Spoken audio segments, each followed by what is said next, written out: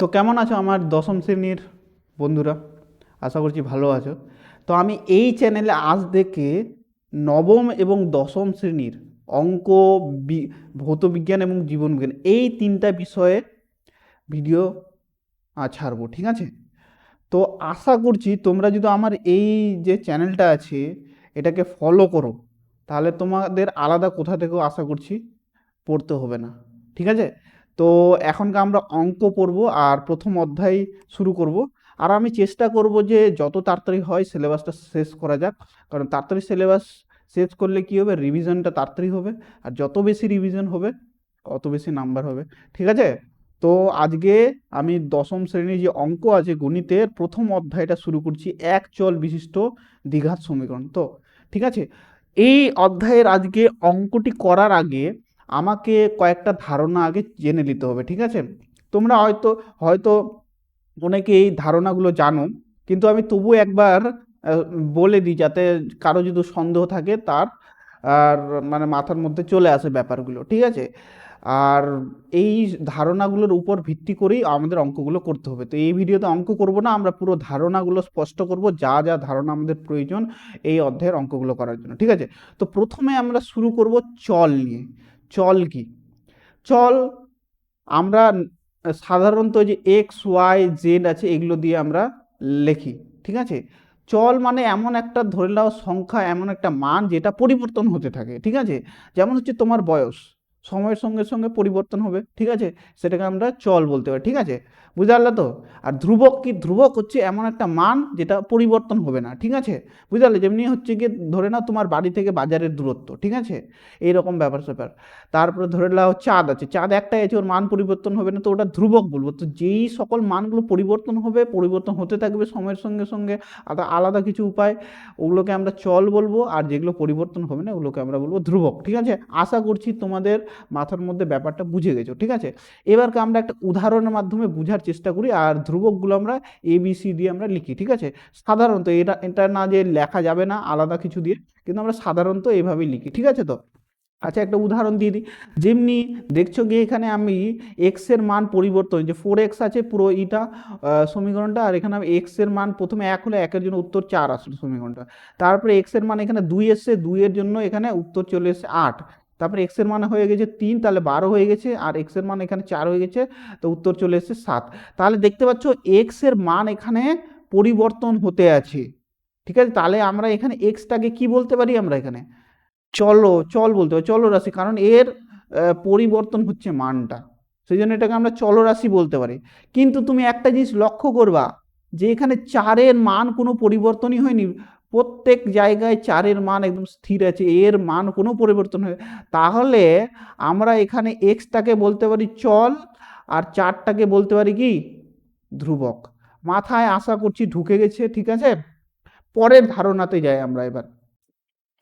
পরের ধারণা হচ্ছে কি সংখ্যা। সংখ্যা তোমরা সবাই জানো, এখানে আলাদা করে কিছু বোঝানোর নয়। 0, 1, 2, 3, 66, ঠিক আছে, 70, 100, এইসব কি সংখ্যা। যখন সংখ্যা, আর সংখ্যা মালাটা কি, সংখ্যা মালা এই সংখ্যাগুলো যখনকার একসঙ্গে মিলিতভাবে থাকে তখনকার মানে গ্রুপ হয়ে থাকবে, ঠিক আছে? যখনকার তুমি ধরে নাও একাই আছো সেটাকে আমরা কি বলবো, সংখ্যা বলবো। আর আর যখনকার তোমরা একসঙ্গে মিলে একটা দল বানাবা সেটাকে আমরা কি বলবো, সংখ্যামালা। এরকম ওই রকম ভাবে কি হয়, সংখ্যাদেরও হয়। যেমনি এখানে একটা ধ্রুবক আছে আর একটা চলরাশি, দুটা দল বানিয়েছে, তাই আমরা এটাকে কি বলবো, সংখ্যামালা বলবো। এখানে এক্স আর ওয়াই এর একটা দল আছে, এইরকম এখানে 3x - y + 5 এরকম আছে, ঠিক আছে? তো এইগুলোকে আমরা সংখ্যামালা বলবো, ঠিক আছে? যখনকার সংখ্যাগুলো একাই প্রকাশ হবে, একসঙ্গে থাকবে, তো একাই থাকবে তখনকার সেটাকে আমরা বলবো সংখ্যা। আর যখন একত্রিতভাবে অনেকগুলো সংখ্যাকে আমরা সমীকরণ আকারে লিখবো সেটাকে আমরা সংখ্যামালা বলবো, ঠিক আছে?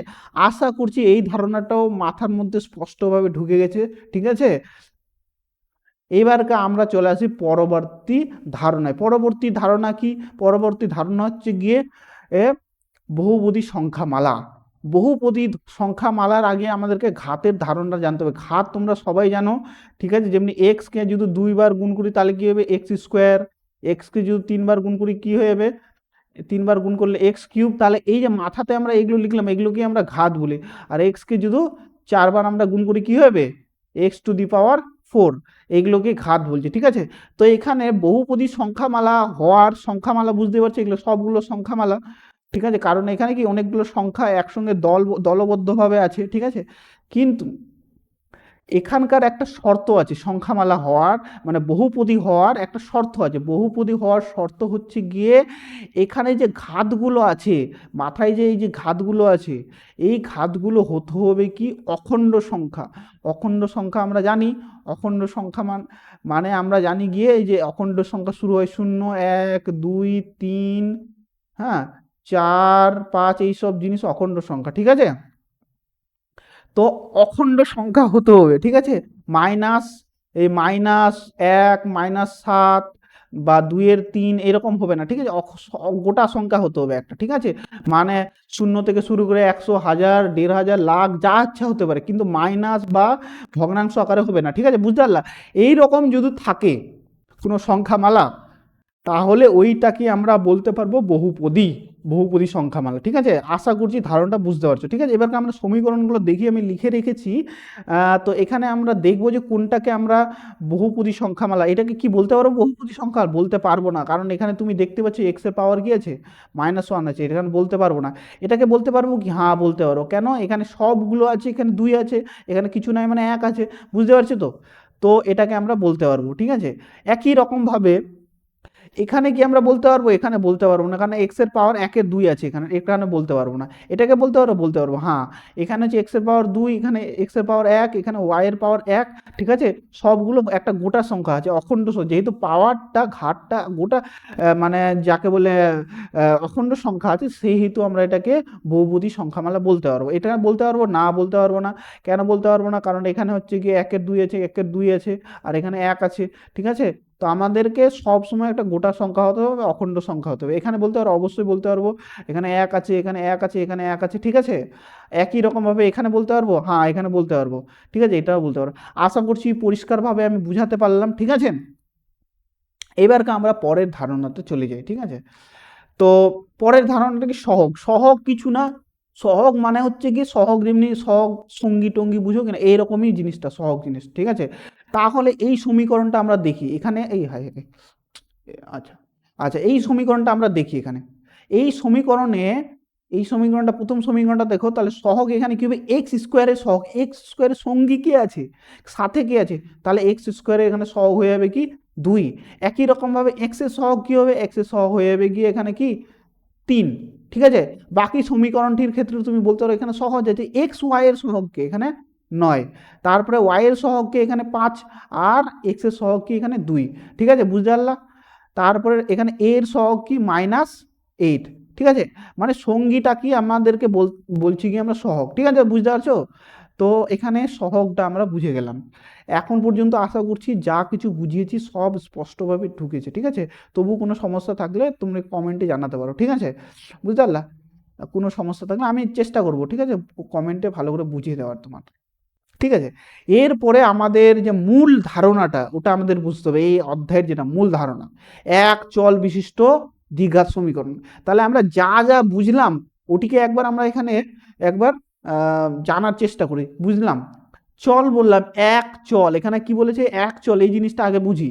এক চল, চলরাশি অনেকগুলো হয় আমরা জানি, এক্স ওয়াই জেড, ঠিক আছে।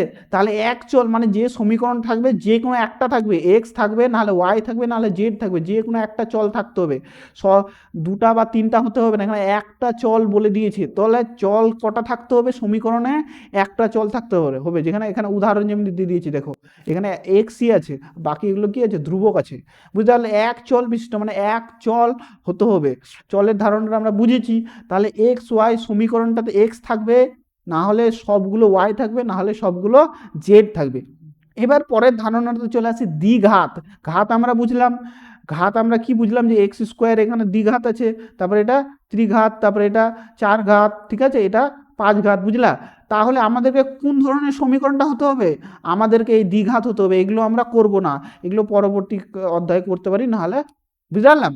কিন্তু আমাদেরকে যে কোনো একটা চলরাশি হতে হবে, হয়তো ওয়াই হলো, আর ওয়াই এর সর্বোচ্চ মান হতে হবে কত, ওয়াই স্কোয়ার, এর বেশি হতে হবে না, পারবে না, ঠিক আছে, বুঝতে, যে কোনো এক্স ওয়াই জেড এর মধ্যে যে কোনো একটা চল হবে, আর ওর সর্বোচ্চ মান 2 হতে হবে, তখনই সেটাকে আমরা এক চল বিশিষ্ট দ্বিঘাত সমীকরণ বলবো। আচ্ছা, তোমাদের বইয়ে এই সমীকরণটার মানে এক চল বিশিষ্ট দ্বিঘাত সমীকরণ একটা সংজ্ঞা দেওয়া আছে। দেখো সংজ্ঞাটাতে কি দেওয়া আছে, যে সমীকরণে A X square plus B X plus C equal to 0 আকারে লেখা যায়, যেখানে এবিসি বাস্তব সংখ্যা, এবং বাস্তব সংখ্যা মানে যতগুলো সংখ্যা আছে মানে -1 1 2 3 4 5 6 যা কিছু আছে বাস্তব সংখ্যা হতে হবে, মানে অবাস্তব সংখ্যা হবে না, ঠিক আছে। অবাস্তব সংখ্যা তোমাদের পরে ক্লাসে আছে মোট কথা। আর এখানে আর একটা সবচেয়ে খুবই গুরুত্বপূর্ণ শর্ত দিয়ে দিচ্ছি, এ সমান সমান 0 হবে না। এ 0 হলে কি হবে, পুরোটাই 0 হয়ে যাবে, তাহলে তো এক্স স্কোয়ার থাকলো না, দ্বিঘাত থাকলো না, কত হয়ে যাবে তখন এক ঘাত হয়ে যাবে। এ যদি 0 হয়ে যায় এটা বাদ হয়ে যাবে, তাহলে এই সমীকরণটা কত ঘাতের হয়ে গেলো, এক ঘাতের হয়ে গেলো, বুঝতে পারছো তো। তাহলে এখানে এটা যাতে 0 না হয় এরকম আমাদেরকে দেখতে হবে, বুঝতে পারছো। তো আশা করছি বুঝতে পারছো যে যে সমীকরণটাকে এই আকারে লেখা যাবে, যে A X square plus B X plus C সমান 0, সেটাকে আমরা এক চল বিশিষ্ট দ্বিঘাত সমীকরণ বলবো, ঠিক আছে। নাহলে সাধারণ ভাষায় যদি আমরা বলি যে এক চল মানে যে কোনো একটা চল থাকবে, এক্স থাকবে, ওয়াই থাকবে, যে কোনো একটা চল থাকবে, ঠিক আছে, ধ্রুবক যত থাকতে পারে, ঠিক আছে, যে কোনো এক্স ওয়াই জেড এর মধ্যে একটা চল থাকবে, আর কি থাকতে হবে, এর সর্বোচ্চ ঘাত কত হবে, যে চলটা থাকবে ওর 2 হতে হবে, ওর থেকে বেশি হতে হবে না, ঠিক আছে। আশা করছি আমি বুঝাতে পেরেছি তোমাদেরকে।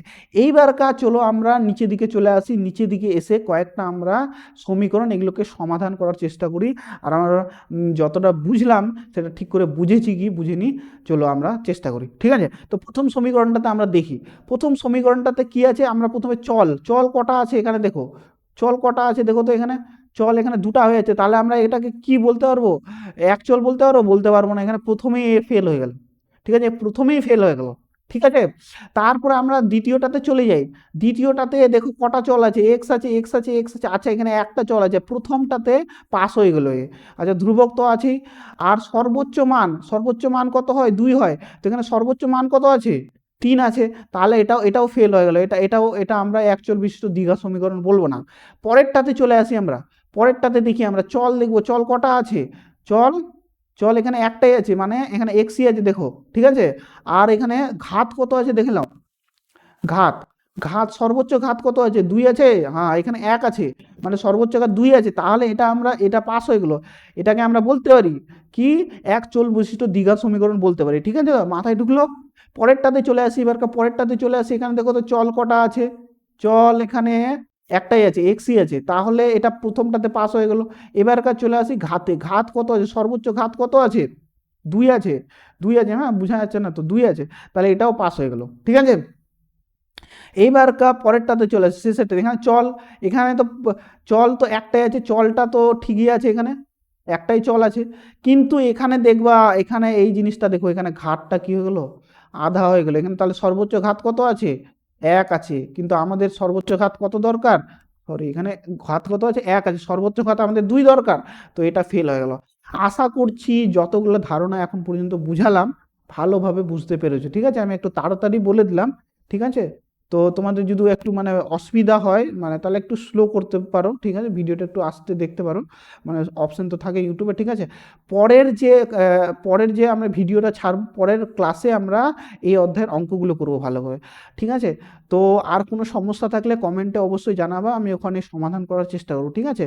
তো এই চ্যানেলটার সঙ্গে তোমরা যারা নতুন 9-এ অথবা 10-এ উঠেছো তোমরা সাবস্ক্রাইব করে রাখো, ঠিক আছে, কারণ এই চ্যানেলে আমি যত তাড়াতাড়ি সম্ভব ভিডিও আপলোড করে পুরো সিলেবাসটা 9 আর 10-এর শেষ করার চেষ্টা করব, ঠিক আছে। আর যত তাড়াতাড়ি শেষ হবে বুঝতেই পারছো, অত বেশি রিভিশন করতে পারো, অত ভালো নাম্বার উঠবে, ঠিক আছে। তো আশা করছি তোমরা আমার সঙ্গে থাকবে, আর পরের ভিডিওতে দেখা হবে যেখানে আমি অঙ্কগুলো করব, ঠিক আছে।